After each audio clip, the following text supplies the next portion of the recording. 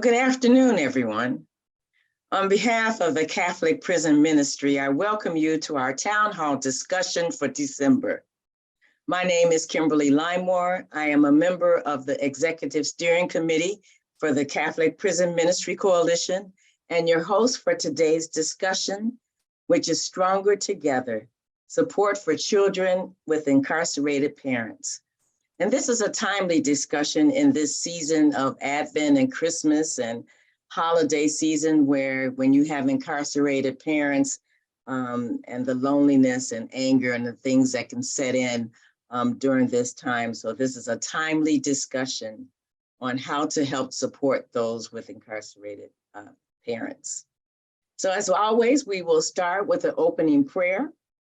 And then from there, I will introduce our facilitators for today's discussion. So let us just assume a posture of prayer. In the name of the Father, and the Son, and the Holy Spirit, amen. Good and gracious God, we lift to you those who are incarcerated and their families.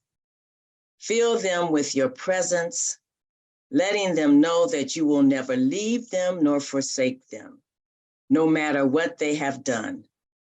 Lead them to turn to you in full surrender of confessing their sins and placing it all at the altar of forgiveness. Send a wave of forgiveness over them, ensuring them that as far as the east is from the west, O God, you have already forgiven them. Place a hedge of protection around their families and send your provision for the children that they must be away from, giving them an assurance that no need will go unmet. Help their children to experience your presence in their loneliness. Protect them and send them secure and loving caregivers in their parents' absence. Send those who can assist them in dealing with these feelings of anger, hurt, loss in a healthy way. Wipe away any guilt or shame about their parents' crime or incarceration that might arise in their spirits. Help them to grow in wisdom and grace and mercy, and to know that their absence and that in their absence, you are guiding them. As always, we pray in the name of your Son, Jesus. Amen.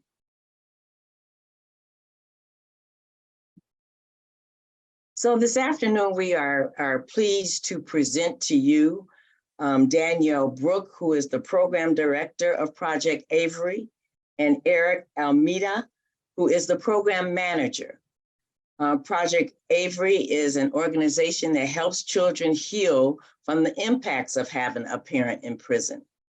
They will share about their work of surrounding youth with a long-term supportive community of peer and adult mentors, and empowering them with leadership development skills so that they can break that cycle or generational cycle of trauma and incarceration. So this afternoon, help me welcome Danielle and Eric as they come forth and share with us. Thank you so much. Thank you for having us. Hi, welcome. Thank you for having us. My name is Danielle. I'm the online program director for Project Avary. I had a parent that was incarcerated, which when I was younger, I wish I had had Project Avary to lean on, to have the support groups that we're offering right now. It's really impactful. So thank you for letting me be here. Eric? Yes. Thank you again, guys, for having us here. My name is Eric Almeida. I am the program manager, also counselor for our online and in-person programming. I'm also a Project Avary alumni. I've been with Project Avary for 22 years now, roughly. I did grow up with both parents in and out of the prison system. So thankfully, I was able to experience this as a child, and now I work here full time. Continuing to try to break the cycle of incarceration for our youth and many other youth around the country. So thank you guys for having us here, and excited to tell you about our program. Yeah, thank you. And feel free to ask questions as we go along. This can be more of a conversation than both of us talking at you. So feel free to chime in. I'm gonna share my screen and then we can get started. So we are Project Avary. We are a national nonprofit organization working with children of incarcerated parents. And I say parents, but it's also caregivers or loved ones. We bring kids in, however, if they have a loved one in prison, it doesn't have to be a parent. So someone that was in prison that has directly impacted them. So we started in the late 90s as a summer camp for kids with a parent in prison. So there was a chaplain out of San Quentin. He saw kids lined up to visit their parents and realized there wasn't a lot of support for them at the time. And then as time went by, he started seeing these kids and become incarcerated themselves. So he wanted to do something different. He said, "What can I do?" So he started a summer camp, which became Project Avary. And today, we're still doing in-person camps and a lot of that out in the Bay Area, lots of mentoring. But with COVID, it changed a lot for us. And we wanted to expand our services to kids all across the country. So we are offering online support groups for them, which we'll focus mostly on today when we talk to you. Yeah. So let's talk about it. There is a stigma surrounding incarceration, especially for families. A lot of them might feel shame, embarrassment. They don't have anyone to talk to. Even if they have a sibling, they might not even feel comfortable talking to their siblings about it. So the issue is that there are over 2.7 million kids in the US who currently have an incarcerated parent. And there are over 10 million kids who had a parent incarcerated in their lifetime. It's the second greatest childhood public health issue in the US.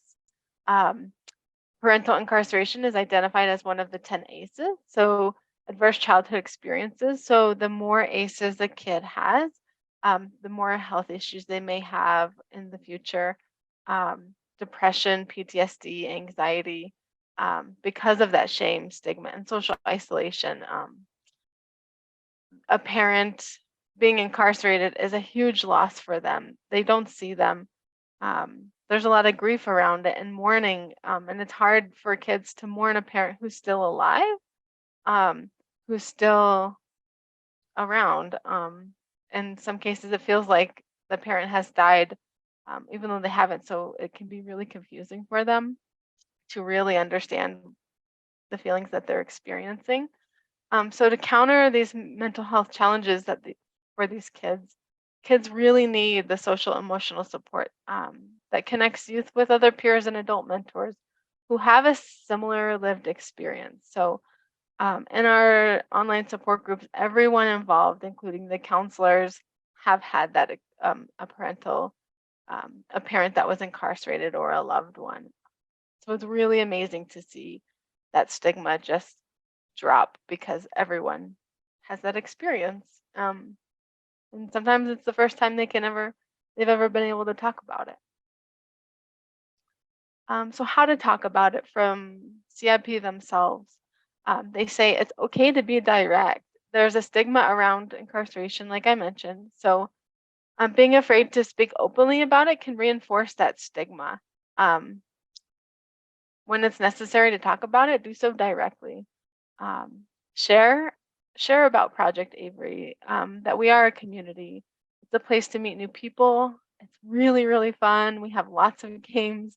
And yeah, there's a huge impact when kids see other kids older than them or younger than them or kids their age who've gone through the same thing. We have a lot of teen leaders in our groups as well that these kids look up to and open up to. Use inclusive language about family. Caregivers can be an aunt and uncle, grandmother, grandfather, adoptive. Some of the kids in our program have been raised by siblings, and some of those siblings have ended up incarcerated. So it's really, really hard for them as well. And then also admit that you don't know. So saying that you know what it's like might be well-intentioned, but it doesn't feel good when someone claims to know what it's like to be a CIP because it is so unique. So expressing a desire to understand is helpful. Ask open-ended questions. Make them or give them a space, a safe space to talk about it. And that's what our groups do. Don't ask about the parent's crime or the caregiver's crime. This can increase feelings of shame, and it's not relevant to personal healing at all. Don't speak ill or judge about the parent that's incarcerated, even if there is expressed pain and anger about their actions. Our goal isn't to repair a relationship between the kid and their caregiver that's in prison. Our goal is to support the kid in their healing, and letting them experience all of the feelings they may feel, whether it's joy that they're close to their parent or, anger, So we just want them to be able to feel their feelings. Consider your intention. If it's to understand, show compassion, and introduce us at Project Avary, CIP might be receptive and feel comfortable sharing in that case. If your intention is only to change their behaviors, they might shut down and not want to talk about it. And be persistent with caregivers. If they have shown interest in these kids joining a support group like ours, just be persistent. Sometimes it takes a couple of conversations for them to feel comfortable. We found that in schools, it's really hard. It has been difficult to find some of these kids because they don't talk about it. Teachers don't know about it. Counselors don't know. So the more we present at these schools, the more comfortable they are opening up and sharing with us. In some cases, it took some of our caregivers 3 phone calls from the school counselors to refer. How we support children of incarcerated parents. So we provide a place for them to belong. Youth connect with other youth who have been impacted by parental incarceration. We provide a place for them to share if they want to. They can talk about it in a community free of judgment. There's something really special about our groups is Eric, do you want to touch base on the common bond and what happens when we introduce that to them? Yeah. So when we talk about our common bond, which is having this, shared experience of having a loved one in jail or prison, first we kind of just started off with just, noting some of the things that we can notice that we all have in common. Some of the simple things like we all have fingers, we all have arms, we're all in Zoom.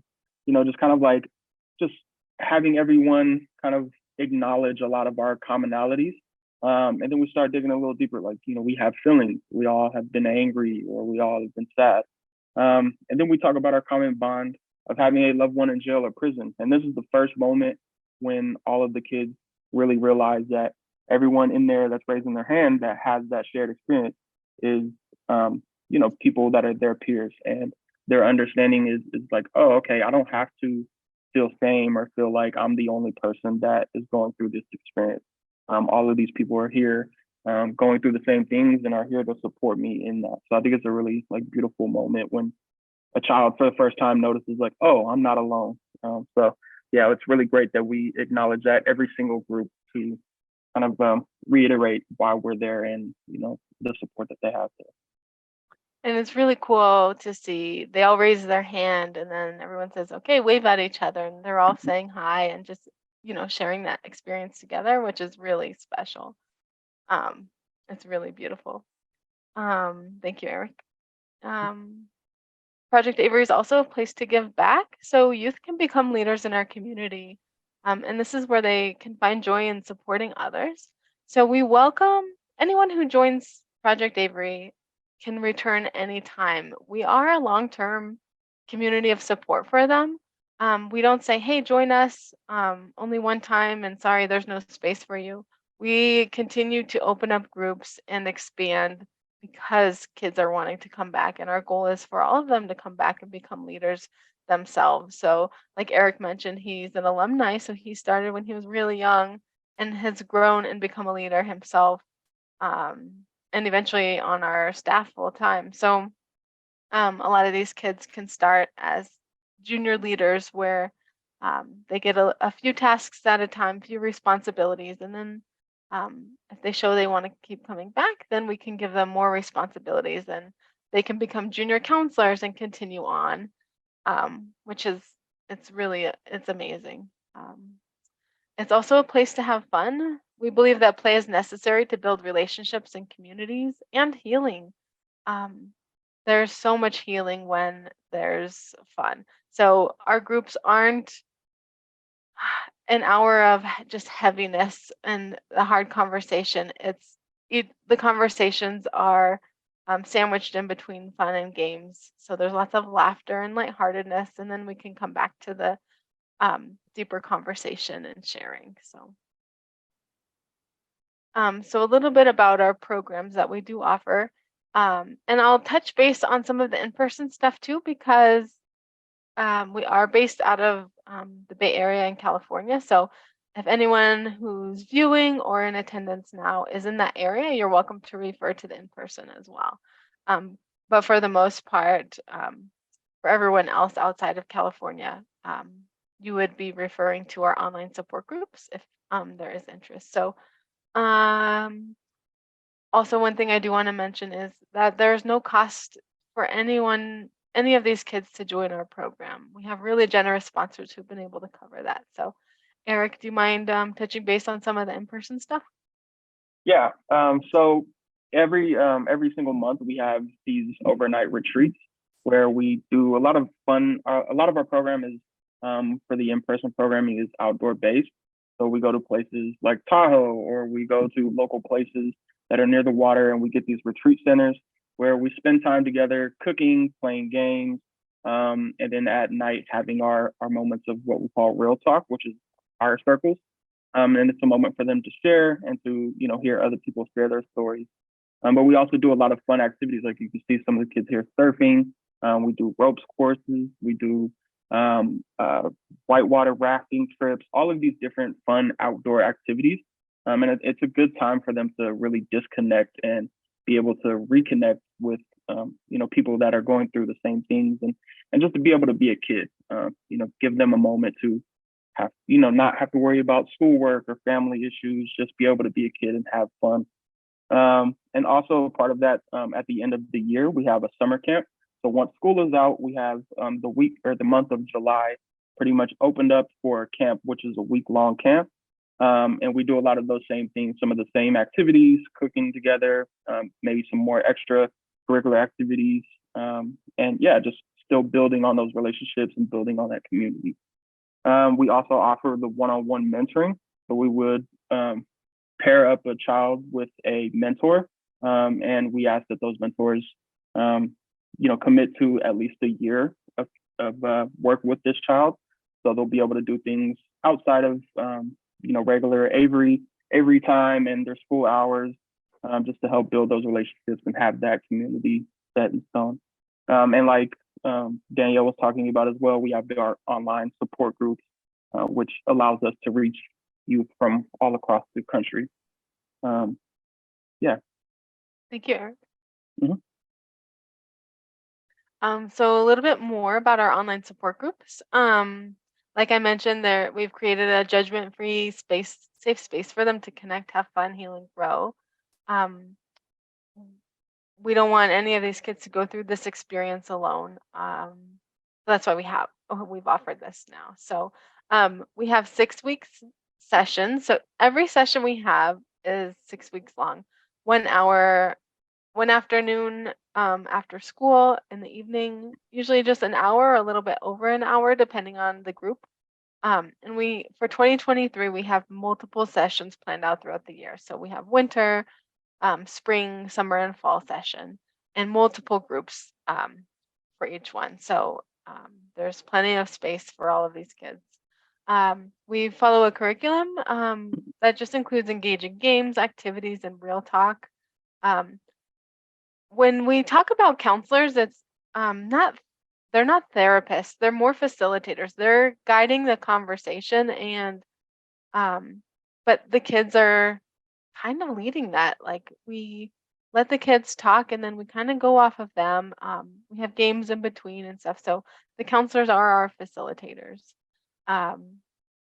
And yeah, our counselors are trained. They all have personal experience with parental incarceration and are trained in evidence-based practices. And then also we have that leadership development aspect that I mentioned earlier. Our eligibility for the program, and this includes our in-person as well. So we work with youth ages 8 to 18 with a caregiver's consent. They have to currently have an incarcerated loved one or family member, or formerly. So the parent or caregiver may be home, or maybe they don't live with them, but out of prison right now. They can still apply and be in our groups and in our in-person activities, as long as there was that impact by having a parent that was incarcerated. So they don't have to currently be incarcerated. For the online group, they just need access to a personal device and internet. And then for the in-person, just transportation to some of our pickup locations. And we go through all of this when we do screenings with the caregivers.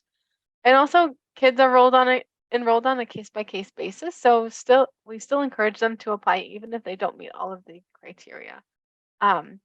If you know a family, or if you know kids that are directly impacted and might be interested, you're welcome to refer them. It doesn't have to be the caregiver that fills out the application. So I can go into that in a second. So ways to share our program. We have flyers that are, we'll share this link with you, this entire presentation with flyers attached. You're welcome to share it directly by word of mouth. And this says youth or caregiver. Also, I know that many of you work within prisons and work with incarcerated parents. So I do have a specific flyer for them. They fill out, they can mail it to us, or they can fill it out when you're there. You can scan it back to us and we can get them. You can contact the caregiver and the youth. Like this, we do community presentations. So if you have another group that you'd like us to share with, or a specific team of yours, we can also do another presentation. Posting information within prisons sometimes is really helpful. We have connections with some Department of Corrections and have our information on their kiosks if they have that. Some chaplains or ministers have posted on some bulletin boards and have shared with incarcerated parents directly. So that's been really helpful. And you can email, share our videos, etc. I'm going to go through our online application with you in 1 second. It's really quick. Just to show you what it's like. So some of our program feedback, a lot of our kids, when asked, are you glad you were part of this group? 100% have answered yes. After the group, how do you feel about your parents' incarceration? Over 90% have answered better. It helps to know that I'm not alone. And do you want to one day become a counselor in Avery? Almost 90% have said yes. And then their favorite parts of group are seeing other kids and having real talk and being able to talk about their experience. Some have said, thanks for having me here. I know that I'm not alone. It's been really fun. I'm glad I did this. I'll do it again. And caregivers are extremely supportive. The community and amount of support my daughter has received is unmatched. She feels seen and comfortable. Also, my child was enthusiastic and now has a goal to become a counselor in his teenage years. In our program impact, over 94% have shown success and positive growth in key psychosocial factors.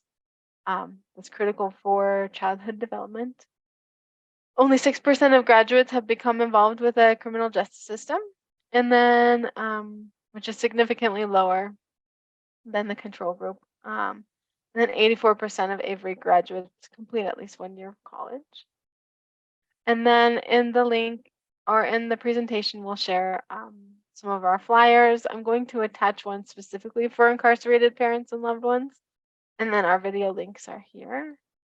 And then here's a lot of our kids and counselors. So I'm going to exit out of this and show you real quick our online application. So if you go to our website, projectavary.org/online program, or If you get to the website, go to Programs, National Online Program, scroll down, and then we have our dates for next year, and then apply to Avery Online today. There's also an application in Spanish as well.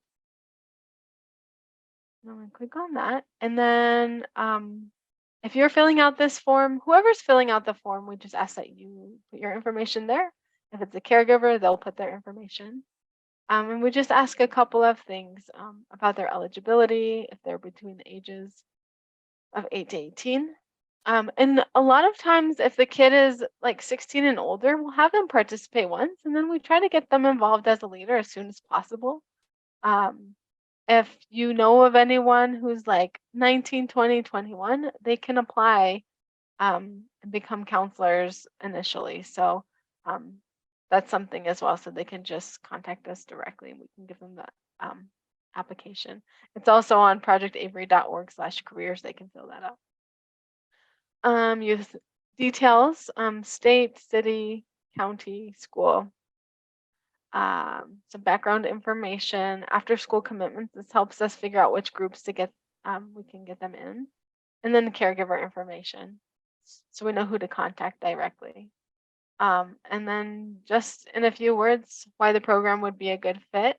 One important thing to note is if you do refer a family directly, if you are the one filling this out for them, please let the family know as soon as you do, because we contact them pretty quickly within 1 to 3 days. So we don't want to call them and then be surprised and not know who we are. So you giving them a warm handoff gives them a heads up and helps them feel more comfortable.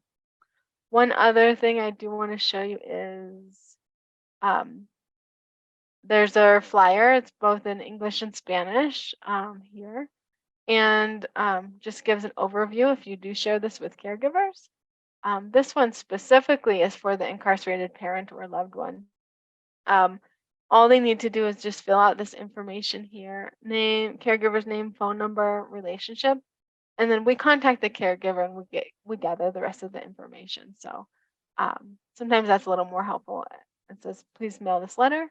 If they can't print this out, or if you're unable to make copies or anything, they can just write all this out in a note and mail it to us, or you can scan it to us if you do collect it.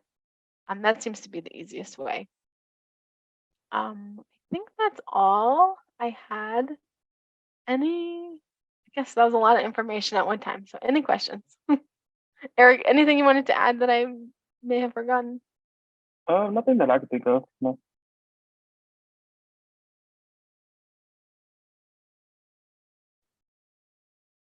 We have plenty of time for questions. So if you have any questions, feel free to put them in the chat, or if you want to raise your hand, we can call on you. We have a smaller number on today that has joined us. So how large are your online groups? Oh yeah, that's a good question. Eric, you want to talk on that? Yeah, so each group, we have roughly from like 8 to 10 new youth every group. And then we have added on to that returning youth. So normally about 4 to 5 returning youth.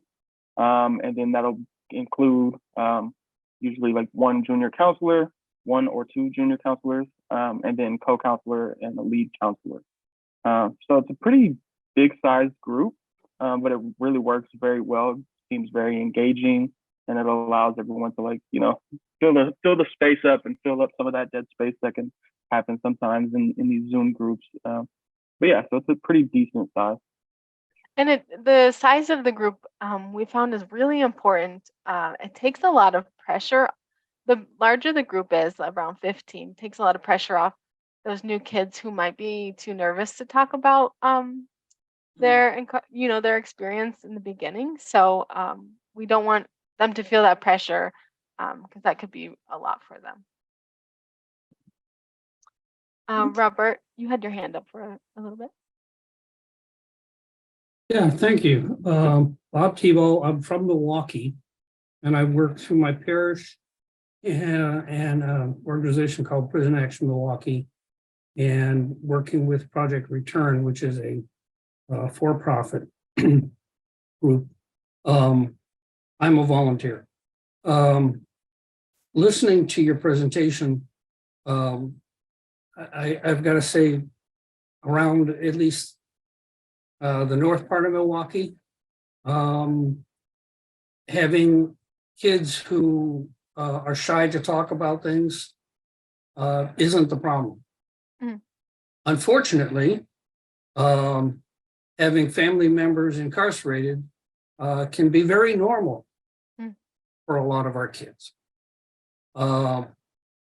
We've had documentaries about one particular zip code, 53206 in the city, the incarceration rates, and it's just a normal part of life. The people we were having problems getting to talk about it were the adults.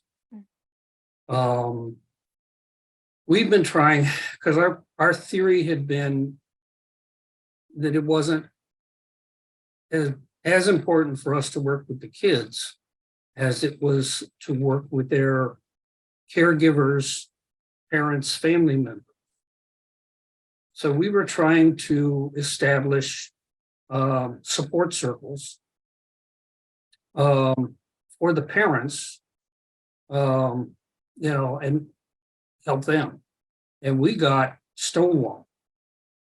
We have my parish, it's kind of a merged parish. We actually have 3 schools, and the principals wouldn't let us put anything in a newsletter. Well, we can't talk. I got a chance to talk to some of the teachers, and the teachers were going, yeah, we don't have any counselors. And I know, yeah, we all know who's got who locked up, and but there was a resistance. We just don't want to talk about it. And that was from the adults. We've had a hard time recruiting, encouraging, however you want to put it, adults to the family circle because of shame. We had people say that they wouldn't go to a circle at their own parish, but they would go to a different parish. There's a deacon at our cathedral downtown that has been running a circle. Everyone in his circle is from away. We hit COVID, and suddenly we ran into problems where we couldn't do things in person. So we started using Zoom, lovely Zoom, where you only know people if they look like this. You meet them in person, and we've been having some success getting the adults in there. Sometimes they're helping adult brothers, sisters, whatever. Sometimes they're working with their kids. But yeah, we have a huge problem. And we're not doing much for families, period. And I don't know, maybe that's different than what you're working with. And we're still kind of mystified, and we're not quite sure how to get people to, well, it's a trust issue. So there's my 2 cents. And if anybody has any ideas, I'd love to hear them. Yeah, no, thank you for sharing. We have found that a couple of different things I'm thinking of. Our online support groups are in some ways more successful than in person because there's a little bit more of an anonymity, and that word. And kids can turn off their camera and chat instead, or use emojis and express themselves in other ways. Sometimes in person, there is that more of that pressure to maybe look their best. Maybe they don't have the right clothes, that kind of thing. So there's just that small aspect of like feeling a little more comfortable online to be able to share. They can talk with their camera off. Yeah, so there's that. And so I'm wondering if that translates a little bit to the caregivers. Also, we are finding a lot of these caregivers asking us the same thing. Like once they see their kids change and open up a little bit more after these groups, they're like, hey, what do you have for me? Is there anything out there? And so we don't have anything set in stone now, but we did have our first caregiver orientation with them 2 months ago. And the ones who did attend really, really enjoyed it. They're the ones that specifically asked for something. So we do share our expectations about getting the kids involved in groups, but also giving them a space to meet each other and have that support too. So yeah, sometimes it's harder to get these caregivers involved. I know I've I've talked with some people who work within Department of Corrections, and they're like, some of these parents in here don't want to refer because what if the kid says something about us, and we are mandated reporters, so there's that trust. But I think they'll, once they see how we are helping these kids, it becomes a little easier for them to open up. I know that doesn't like solve or change the issue that you might be having, but I think it's, building that trust and getting that rapport in a little bit more. And there's such a huge stigma with the parents and caregivers as well. Like they're doing everything on their own when the other parent or loved one is incarcerated. They're the ones left taking care of the kids, and it takes a huge toll. Sometimes they don't have enough, that extra time to join a group, even though it's something they could really benefit from. Well, that's one of the things that we came to realize was, having people go to an in-person group, along with any stigma or whatever, traveling, are lots of issues there. Mm-hmm. Simply, if they're a caregiver, do they need to get a babysitter to go to the group? Mm-hmm. Mm-hmm. And it was a learning experience for us because we were forgetting those details. Mm-hmm. I think it's more of an issue of getting people to support sharing the message, to acknowledge the problem. Mm-hmm. Because I haven't found much in programs, reentry programs or anything that, includes the adults. The national program from Vincent DePaul had a family section to it, but that was the only one. And we've been told constantly that if you don't keep the family connections while somebody's away, prepare the family for somebody to come back, and then support them while they reintegrate, it's going to be a disaster. Just extremely hard. Yeah. Yeah. I think one place to start is acknowledging the feelings that they're having before even trying to repair that relationship. And I think that's where some of our success has been, is just letting these kids be and feel what they're feeling. It might translate to caregivers as well. Yeah. Without that expectation that things will get better, because sometimes they don't. And Karen posted something in the chat about support groups running for adult family members from Maine, CCUSA. So that might be a resource for you also, Robert. There was a question about caregivers joining the first Zoom group to help the teenager or child be more comfortable with the process. Is that allowed? Eric, do you want to touch on that? Yeah. So that's something that we don't normally encourage for a couple reasons. One is because, we want these youth to be able to have a safe space where if they do want to share, it can be a little bit uncomfortable for them to share when their caregiver is in the room, or, kind of like listening in. Sometimes you see that, like, especially with younger children, you can tell like somebody's in the room and they're like, I don't know if I want to share just yet.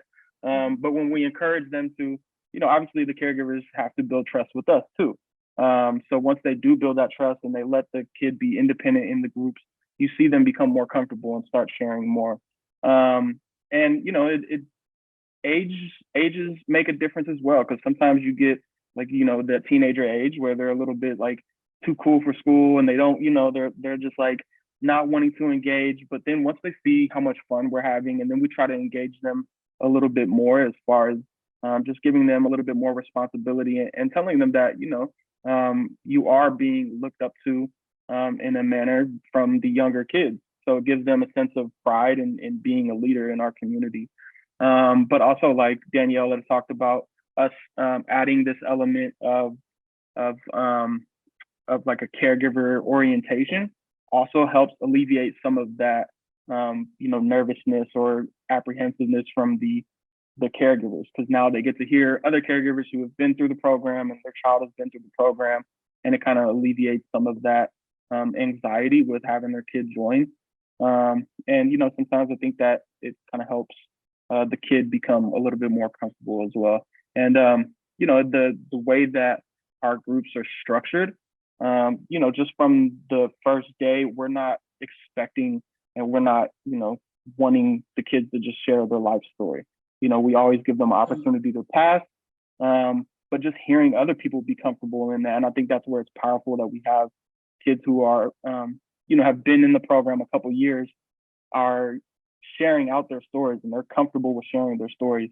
And when people who are brand new hear that, it allows them to be more comfortable with sharing, and it kind of breaks down the ice a little bit more.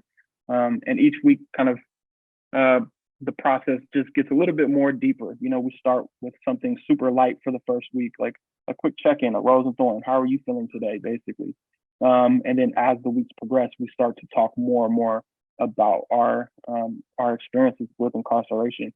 So I think the way that it's structured allows them to feel a little bit more comfortable with sharing their story. Yeah, I hope that answers the question.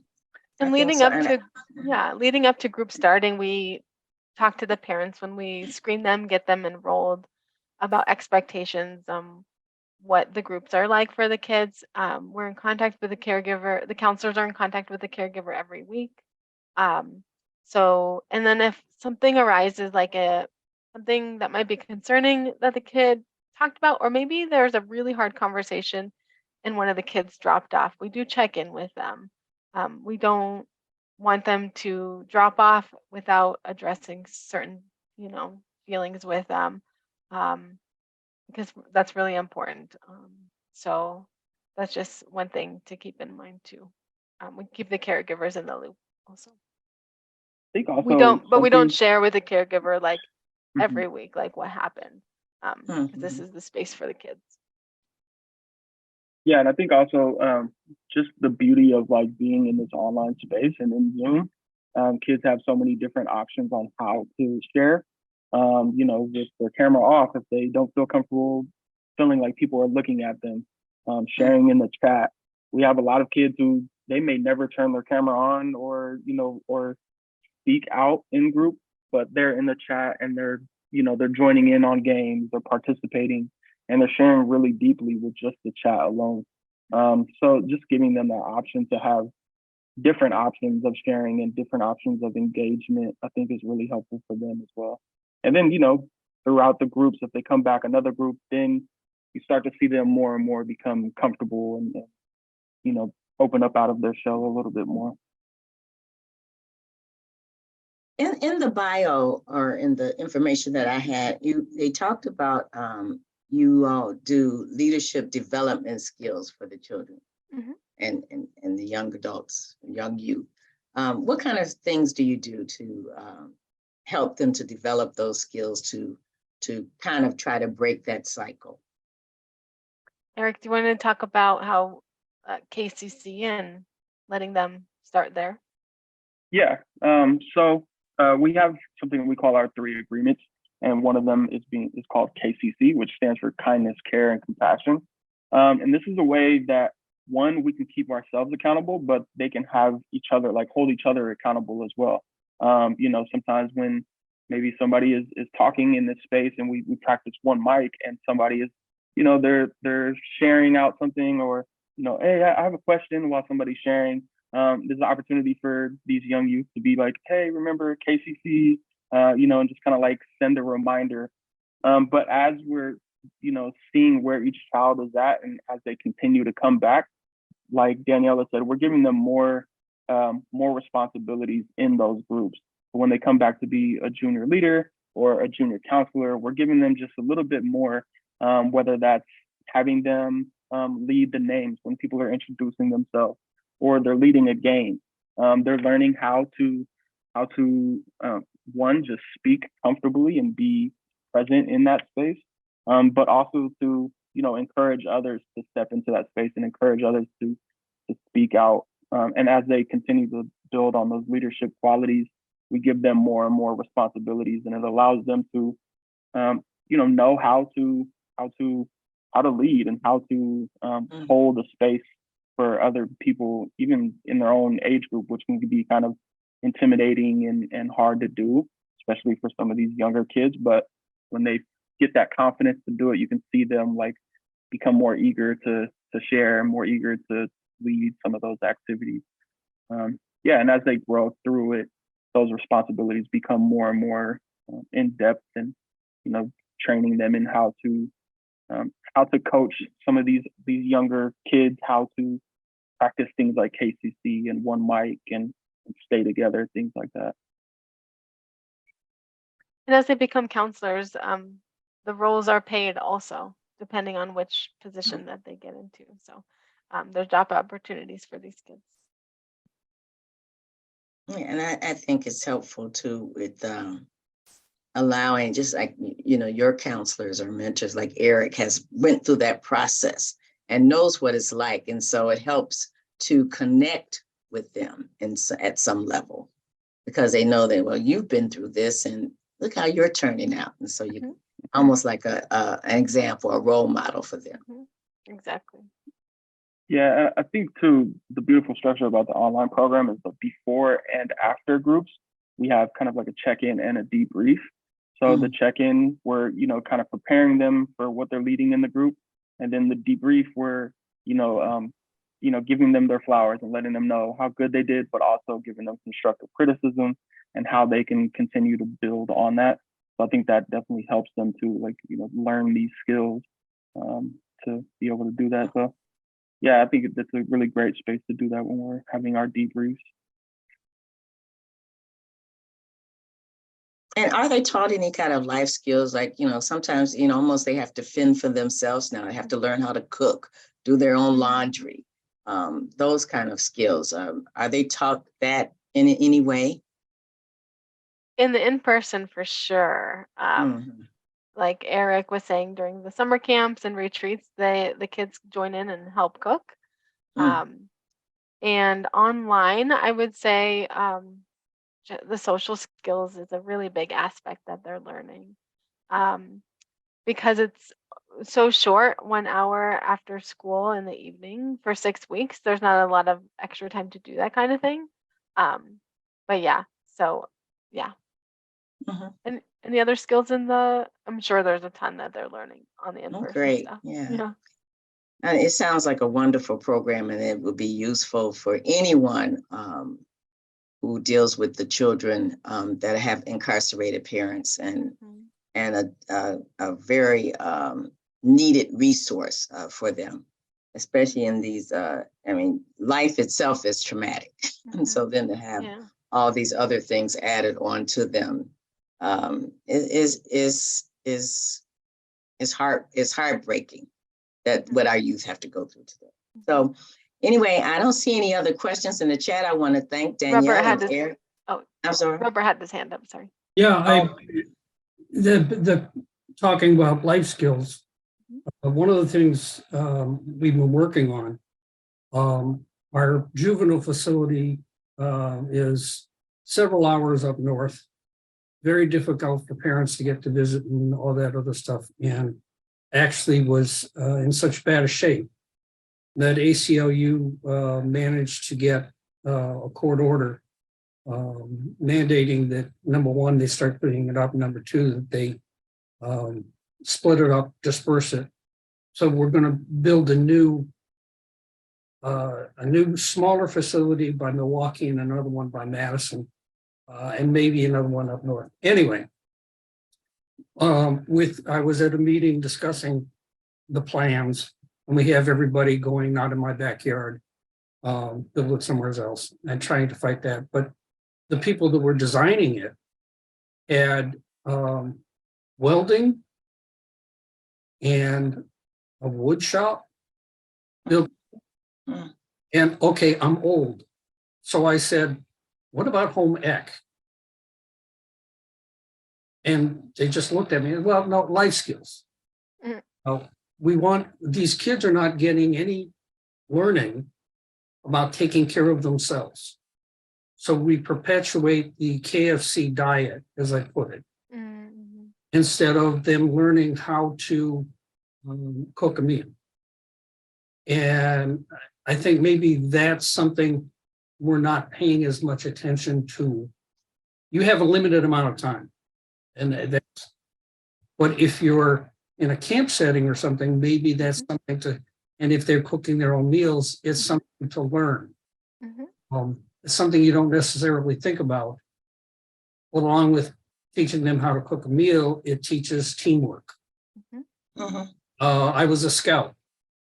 If you want to learn teamwork and leadership, get a bunch of guys on a rainy morning in camp where you need to get things going and get your breakfast done.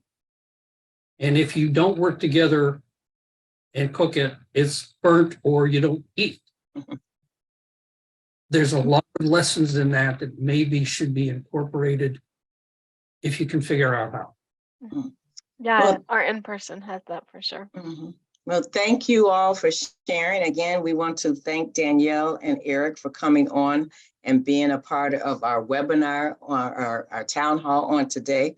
This is a wonderful discussion, and you can always reach out to them through the website. So we thank you all. Thank you both, Eric and Danielle, for your input and the service that you're doing to the children that are that have parents that are incarcerated.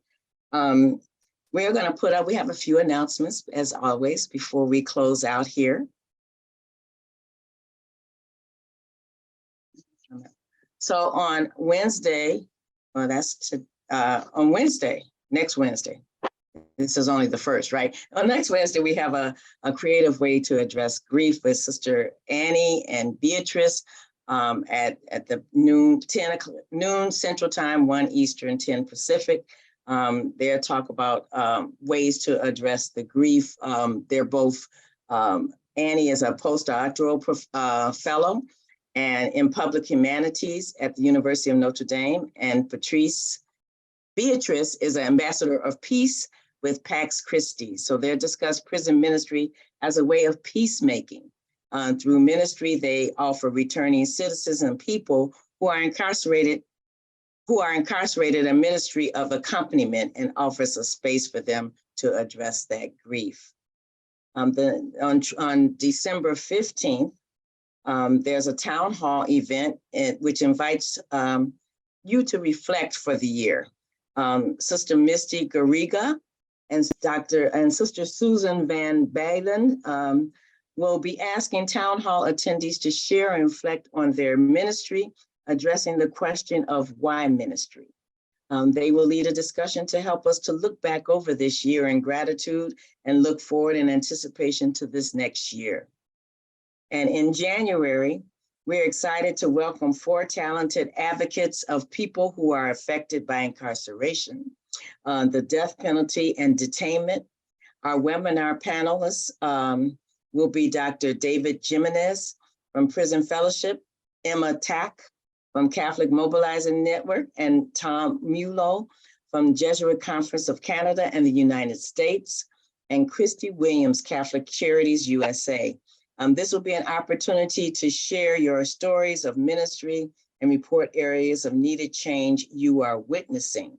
That will take place on Wednesday, January 18th. So we thank you all for joining us on today. Catholic Prison Ministry Coalition is a resource for you. So this seminar, town hall, will be on our website in a few weeks or a few days. And you can go back and join and relook at it and listen to something that you might have missed, or share it with someone that might need to know that this resource is available. Thank you if you're joining us for any other upcoming events. But until next time, have a blessed Advent and Christmas season and a prosperous new year.